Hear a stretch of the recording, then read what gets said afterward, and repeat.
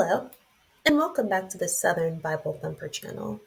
For this upload, we will be reading Leviticus chapter 19. And the Lord spake unto Moses, saying, Speak unto all the congregation of the children of Israel, and say unto them, Ye shall be holy, for I, the Lord your God, am holy. Ye shall fear every man his mother and his father, and keep my Sabbaths. I am the Lord your God. Turn ye not unto idols, nor make to yourselves molten gods. I am the Lord your God. And if ye offer a sacrifice of peace offerings unto the Lord, ye shall offer it at your own will. It shall be eaten the same day ye offer it, and on the morrow, and if aught remain until the third day, it shall be burnt in the fire.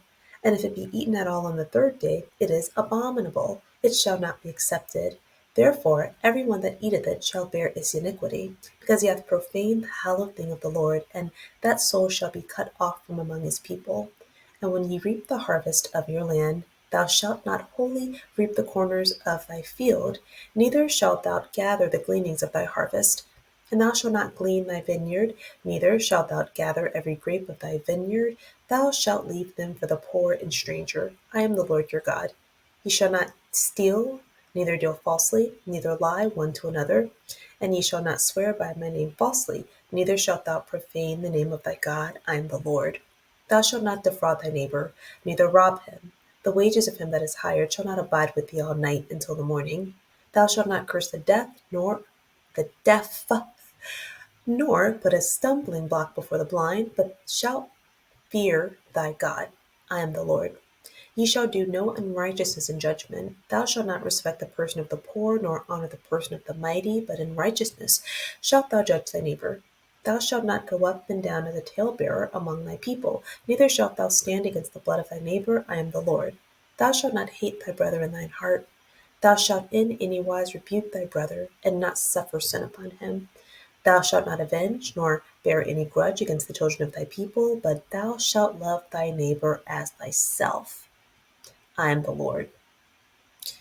Ye shall keep my statutes. Thou shalt not let thy cattle gender with a diverse kind. Thou shalt not sow thy field with mingled seed, neither shall a garment mingled of linen and woolen come upon thee. And whosoever lieth carnally with a woman, that is a bondmaid betrothed to an husband, and not at all redeemed, nor freedom given her, she shall be scourged. They shall not be put to death, because she was not free. And he shall bring his trespass offering unto the Lord, unto the door of the tabernacle of the congregation, even a ram for a trespass offering. And the priest shall make an atonement for him with the ram of the trespass offering before the Lord for a sin which he hath done. And the sin which he hath done shall be forgiven him. And when ye shall come into the land, and shall have planted all manner of trees for food, then ye shall count the fruit thereof as uncircumcised. 3 years shall it be as uncircumcised unto you, it shall not be eaten of. But in the 4th year all the fruit thereof shall be holy to praise the Lord withal. And in the 5th year shall ye eat of the fruit thereof, that it may yield unto you the increase thereof. I am the Lord your God. Ye shall not eat anything with the blood. Neither shall ye use enchantment, nor observe times. Ye shall not round the corners of your heads, neither shalt thou mar the corners of thy beard. Ye shall not make any cuttings in your flesh for the dead, nor print any marks upon you. I am the Lord. Do not prostitute thy daughter, to cause her to be a whore, lest the land fall to whoredom, and the land become full of wickedness. Ye shall keep my Sabbaths, and reverence my sanctuary. I am the Lord. Regard not them that have familiar spirits, neither seek after wizards to be defiled by them. I am the Lord your God. Thou shalt rise up before the orrery head, and honor the face of the old man, and fear thy God. I am the Lord. And if a stranger sojourn with thee in your land, ye shall not vex him. But the stranger that dwelleth with you shall be unto you as one born among you, and thou shalt love him as thyself, for ye were strangers in the land of Egypt. I am the Lord your God. Ye shall do no unrighteousness in judgment, in meteyard, in weight, or in measure.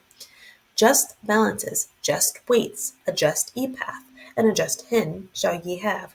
I am the Lord your God, which brought you out of the land of Egypt. Therefore shall ye observe all my statutes and all my judgments, and do them. I am the Lord. Summarizing Leviticus chapter 19. The Lord spoke to Moses, instructing the Israelites to remain holy as God himself is, to fear or respect your parents, and to observe the Sabbath. Do not have idols or make molten or metal gods. Offer a peace offering at your own will, but it can only be consumed that day, and the next it is to be burned on the third day, if any remains. It's an abomination if it's eaten on the third day, and it won't be accepted by God. Anyone who eats it will be held responsible because they have profaned or desecrated the act of the freewill offering, and that punishment is being cut off from their people. Verse 9 and 10 reminds the Israelites to avoid completely harvesting their crops, to leave some for the poor. Verse 11, don't steal and deal falsely. Don't cheat or lie to each other. Don't swear by my name falsely. And you shall not defile or profane the name of God, because he's the Lord. Don't defraud or rob your neighbor. Don't make hired workers wait until the next day to get paid. Do not curse or insult a deaf person, or put a stumbling block before the blind. Conduct fair trials. Don't favor the poor or the mighty. Do not gossip. That's what a talebearer is. And don't be idle when your neighbor is threatened. Don't hate your relatives. Reason or confront your neighbor directly so that you don't incur sin. Do not avenge or hold grudges. Love your neighbor as yourself. Do not mate two kinds of animals. Don't plant your field with two types of seed. Don't wear a garment with a linen woolen mix, or some translations say two threads. If a man has intercourse with a slave assigned to another man and she isn't free, there should be a punishment, but not death. The man has to make a trespass offering with the ram at the tabernacle with the priest. When you enter the new land and plant your own crops, the fruit is unclean for 3 years. The fourth year it has to be consecrated, and it is not fit for consumption until the fifth year. Leviticus chapter 19, verse 26 is the fifth time that God commands the Israelites to not eat blood. The other four times are Leviticus chapter 17, verse 10, Leviticus chapter 7, verse 26, Leviticus chapter 3, verse 17, and Genesis chapter 9, verse 4. Do not eat blood.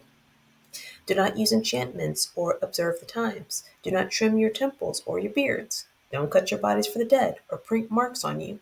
Don't prostitute your daughter. There is a risk that the land will fall to whoredom, and the land will become full of wickedness. Observe the Sabbath. Honor the sanctuary. Don't turn to mediums and wizards because they'll defile you. Stand up and honor the elderly. Fear your God. Don't treat strangers or visitors badly. Love them as yourself. Remember that you were once a stranger in Egypt. And don't use dishonest measurements when measuring length, weight, volume. And then God emphasizes that they need to observe these judgments because he is the Lord God. The very first thing that I want to point out and highlight, and I highlighted it in green as well because green is the color. Actually, I have a green notebook. Got a pair of green sunglasses. Since I'm already wearing sunglasses, I'm already wearing glasses. Okay. Thou shalt love thy neighbor as thyself. And so, in order to love your neighbor, you have to love yourself. One way to measure if you love yourself or if you're kind to yourself, just think about the last time you looked in the mirror. What did you look at first? What is a self-dialogue in your head when you think about who you are? The things that you say to yourself, would you say that to your sibling, your parent, your friend, your children, your significant other? And that's how you can tell if you love yourself. And another clue from other people. Most people behave, or I'd say all people, but most people behave based on their self-dialogue and what they think about themselves. And so if someone slights you, or if someone is rude to you, if someone tries to act strange or something, it's usually coming from them. It may be personal. You might trigger something, but it's usually them. It's their self-dialogue. If you learn to love yourself, you attract love to you. Whatever that self-dialogue is, that's what you're going to attract. You're going to attract people to you that's going to confirm it. So Sometime that I just want to expound on this a little bit, because a lot of times as Christians we think that as long as you go to church and you get saved, that's all you need to do. You don't need to actually work on your self-esteem. You think you can go from having zero self-esteem to being a Christian and serving in church, and you're going to just, everywhere you go, you're just going to carry that same, I don't feel good about myself, triggered by someone else. It spreads like a virus, especially if you're a woman, because the standards for women are so much higher. Learn to love yourself, you will even be able to resist some of these standards. Sometimes people take this Bible and they twist it to their will. That's why, number one, you have to read it. But secondly, first of all, you need to read it because it's going to be hard for you to even have a relationship with God if you don't read for yourself. Because if He tells you something, if you haven't read it, you don't know if it's in the Bible or not, if it lines up with the Word or not. It doesn't just line up with what it says, but you get a feel of how God speaks when you're reading, what His approach is, how He talks to people. You don't read, you're not going to know. You're going to have to take somebody else's word for it. And what if they're wrong that day?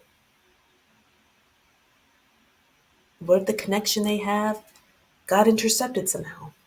So, just something to think about that is important as a Christian. You can't even be a good Christian if you don't love yourself. Because how are you going to follow the command to love your neighbor if you hate yourself? And as a woman, it is imperative because you attract so much to you. You will attract a man too that doesn't love you, but he's with you for some other thing that you can provide. As women, we're so valuable. We're valuable. We provide inherent value. We're gonna talk about it later, but women have inherent value.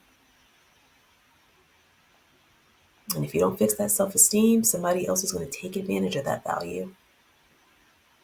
You're not going to know how you even got in that relationship. Okay, so the next verse I want to look at or talk about again is verse 8. Everyone who eats it shall be cut off. And this is talking about the peace offering, eating it after the third day. When I looked up the term cut off, we see some of the definitions here. And the one that I thought fit here was separate or isolate. Of course, the one definition for a word is not the only one, so it could encompass any of these other definitions, but it just made me think of what would being cut off from the people look like, because this is repeated several times in the Bible as a punishment. So being cut off, the notes that I have here was, could it mean mental illness or social alienation or a personality or mood disorder? And that would make connection to the group more difficult. And that's maybe why they're isolated or cut off or banished, because this is not something like death, and it doesn't seem like a violent punishment. Okay. Verse 23. I thought this was especially interesting. When you come into the land and plant any kind of tree for food, then you shall regard its fruit as forbidden. So it's forbidden for 3 years. The fourth year it has to be consecrated, or there has to be some sort of offering made. And then the fifth year it can be eaten. And so this is directly because of what happened in Leviticus chapter 18, verse 25.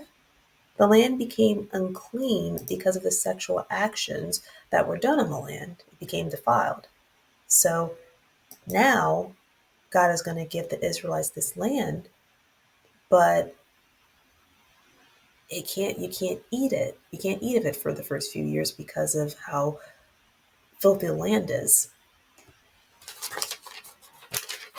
That just made me think of today, like if this is a possibility that land needs to be cleansed after certain things are done on the earth, and we have a long history, we're able to see that there are other things that have happened on this earth on certain lands, and I'm nearly 100% sure that if there's a fertile area, but there was some horrible things done on the land, that a company in America wouldn't be like, oh, well, let's cleanse the land before we plant any food there. Uh, you know, I don't know for a fact because I didn't do any research on that, but I could just see a company saying, you know what, let's just go ahead and plant food here and make that profit.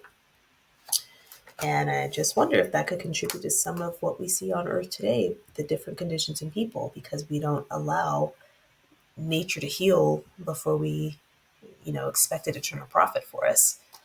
So that's something that I thought about. Leviticus chapter 12, you shall not swear by my name falsely and so profane the name of your God. This is a tradition that I grew up with in the South, African American. I am a very proud Southern Bible thumper. And I'm very proud that I live somewhere where we still honor God.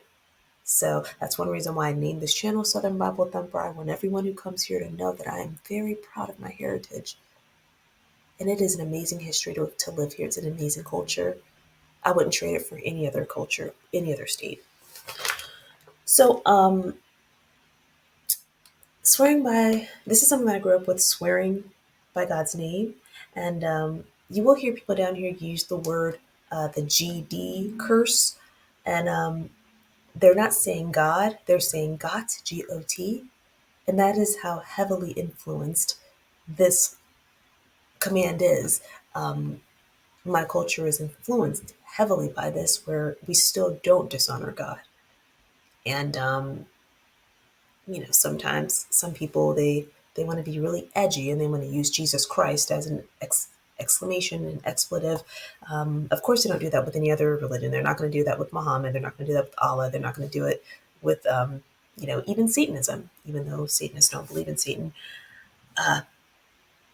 But only Jesus Christ is the expletive. And so even in our culture still to this day, we don't see people using Jesus Christ in that manner, because it's just so ingrained in us to honor and respect this. So I did mention in another video where there's just certain YouTubers that I just get really tired of watching, because even though I think they have great content, I get tired of someone saying that as an expletive, and when you can, I mean, there's so many other words you can use, and for a fact there's people that are Christian that, it's just not respectful. I don't understand why Christianity can't get the same respect. Okay, I'm going on and on and on. Let's go to the next thing that I like to go over. Verse 19. Don't breed two different animals, and don't sow your field with two different kinds of seed, and don't wear a garment made of two kinds of fabrics. So linen and woolen, and the interlinear, it does say the linen and woolen. A garment mixed wool and linen. And so what this made me think of, because when it says here, don't mate different cattle, and then it's saying don't mix linen and woolen. So when I read the part where it said, thou shalt not sow thy field with mingled seed, I read this as don't try to crossbreed plants, because that sort of would go together. Don't crossbreed gender, don't crossbreed cattle, don't mix fabric, and also don't mix or make hybrids of crops. But that's how I read it. But it does say, it just simply says don't sow the field with mingled seed. So don't sow two different crops in the same area. Verse 20, I also thought this was interesting. If a man lies sexually with a woman who's a slave assigned to another man, but she hasn't been given her freedom, or she hasn't been redeemed, or given to the man she's promised to, she's supposed to be punished, but not, you know, She's not to be put to death because she wasn't given to the man. She wasn't given her freedom, but she's in the process of being given to someone. So there's something wrong with this, but because she hasn't been uh, placed anywhere, this isn't considered something, like adultery. And there's a couple of reasons why this stood out to me. Number one, this sort of, this is the first time a woman's consent is really highlighted. And if a woman is promised to another man, right? You think about it, she's supposed to be married, but she's a slave. So because of her social status, she can't, her consent doesn't really matter. And the only way she's going to attain resources is through marriage. So that's why she has to get married to someone so she can have housing and she can have food. That's another thing that I used to think about when I was growing up about women getting married and rushing into marriage and motherhood is these times women did that to secure resources so they wouldn't be beggars. And I'm going to explore that a little bit later. But right here, this is just showing that a woman, based on her socioeconomic status, her consent isn't really, she can't have consent, or her consent doesn't really matter. And so she can, sleep with someone else, because if she's sleeping with someone else, that's who she wants to sleep with. But because of her socioeconomic status, she's not able to make that sort of connection. So, again, that's more information as a woman to just absorb. It's just more information to absorb so you can make a better decision about certain types of opportunities. Again, Leviticus chapter 19, verse 26 is the fifth time God commands the Israelites not to eat blood. The other four times are Leviticus chapter 17, verse 10, Leviticus chapter 7, verse 26, Leviticus chapter 3, 17, and Genesis chapter 9, verse 4. We also have in verse 26 to not interpret omens or tell fortunes or observe times. Now, observing times on its own, this is dealing with astrology, okay? Because astrology is the only type of, let me see if I can,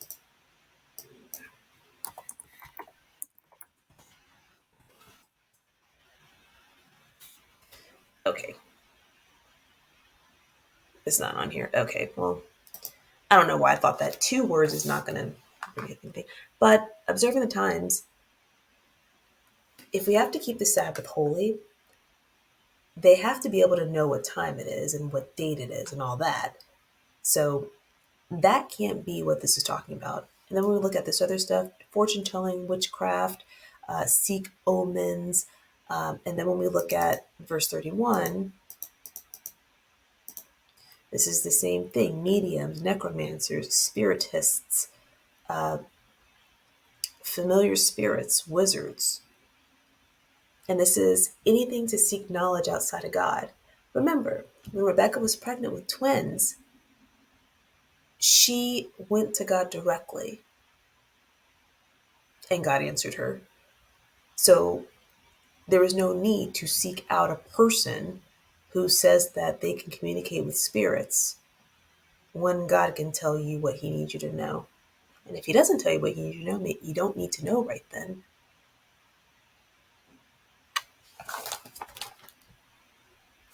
Lastly, verse 35.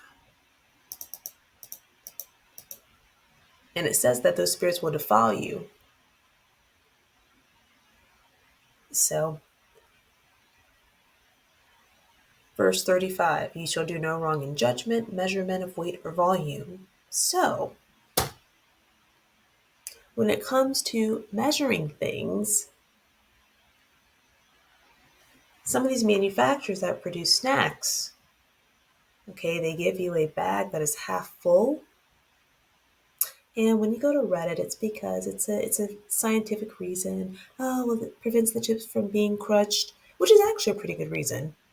But still, I still feel like why did you need a bag that's 3 times the size of the amount that's in there? I don't think you need that much air. All right. There's also no specific punishment for, uh, you know, using dishonest standards with measurements.